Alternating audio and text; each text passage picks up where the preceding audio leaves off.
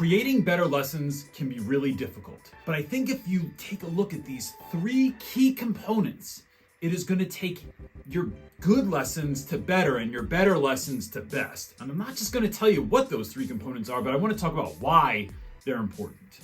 Let's get into it. The first thing I think is really important here is something I talk about a lot, but it is having a why behind whatever it is that you're learning. Because you know your students are going to ask, why do we have to do this? Why do we have to work together? Why are we doing this project? Why do we have to do this assignment? Why do I have to read this? Why do I have to calculate this? And the best way to stop those questions is to give them an answer. Sometimes that requires us to really sit down and think about, what is the why behind this? What is a why that will motivate my students? So it can't just be that it's on the test or it's going to be used next year. You're going to have to know this in college or something like that. And here's why you have to have a why. Because it turns out that students are not so different than the rest of us in that long-term effects don't motivate most people, right? So think about this. You know smoking is bad for you, and you know the long-term effects are really, really dangerous, but you do it anyway. You know that eating better and saving your money, going to the gym are all really important and healthy decisions to make, but the effects seem to be so far off that you just don't do it. So in working through this with your students, give them some ideas to what are the reasons that you need to read this and it's going to affect your life now. Learning how to write is going to affect your life now. Learning how to study, learning how to learn is going to affect your life now. And it's good to have some of those bigger whys too. One of the things I talk to my students about constantly is this idea that, look, we are no longer in an industrial economy. We live in an information economy. So as part of the informational economy, as opposed to the industrial economy, there's a real focus on innovation instead of imitation. And this requires more creativity than conformity. So this isn't about just remembering a bunch of facts. It's about what are you doing with what we're giving you and how are you creating something more and how important that's going to be for the rest of your life. The second idea I want to talk about in creating better lessons is this idea of how.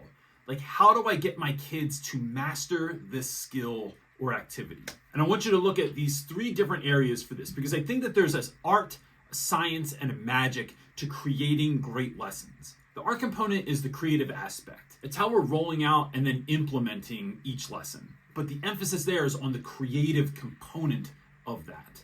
Then there's the science piece.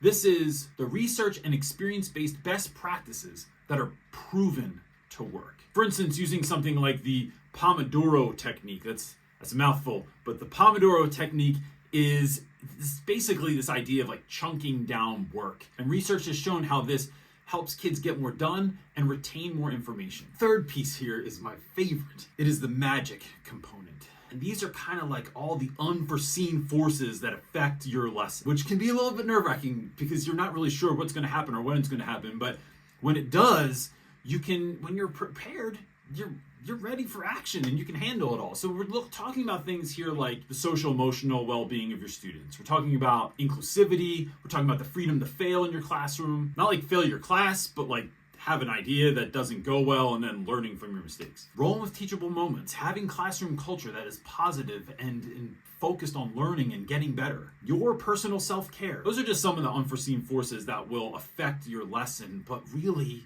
have the potential to make it great. And the last part to creating a better lesson is your what.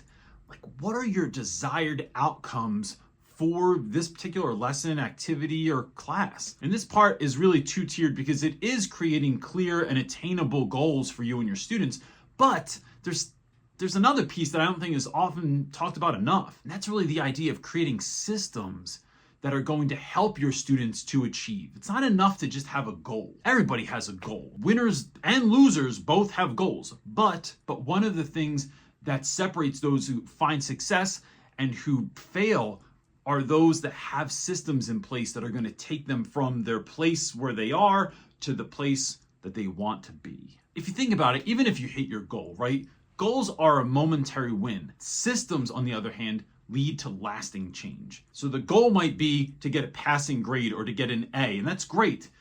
But systems are going to help you learn how to learn how to become an active reader and how to annotate, learn how to work in groups, learn how to track your progress. These systems become habits, and those habits are what carry on beyond school to help you successful in life. So it's really these 3 components, I think, that overall are what are going to take any lesson that you're already currently working on and get you started down the road from good to better and better to best. But that's not all, because I want to show you how to do this. And so for that, we have created a workshop. I've streamlined this process, and what I'm going to be able to teach you in one night is going to change your class for the rest of the year in the most positive way ever. Like I said, I don't want you to just have a great class. I want you to have a great life. It's taking place on February 29th. It's going to show you how to get stronger classroom management through engagement, because there's some kids you have in your class that you're just wondering, is this going to work on? The really reluctant ones, the ones that hate school, and the ones that feel like they hate their teachers sometimes even.